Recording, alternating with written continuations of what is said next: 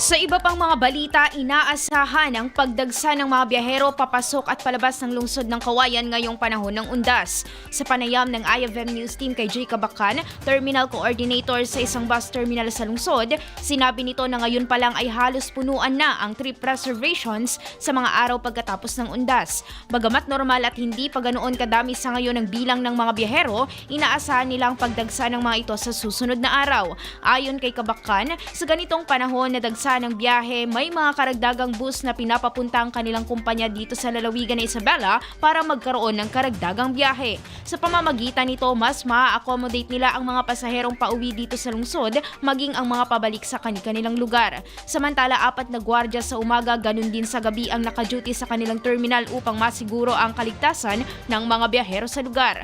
Maliban dito, maging ang kanilang mga bus ay regular na sinusuri bago bumiyahe upang masiguro na magiging ligtas ang biyahe ng mga pasahero. Paalala naman ni Cabacan sa mga biyahero na habang maaga pa, magpa-reserve na sila ng ticket upang masiguro na makakauwi sa kanilang mga lugar sa tamang oras. Sa ngayon, normal pa naman yung mga pasahero natin.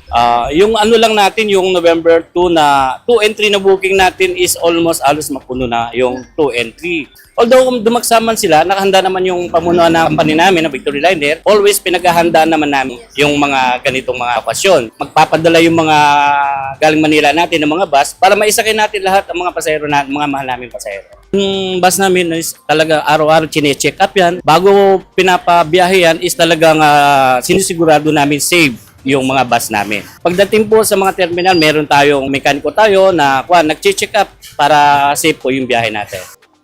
Ito ang pahayag ni Ginoong Jay Cabacan. IFM News.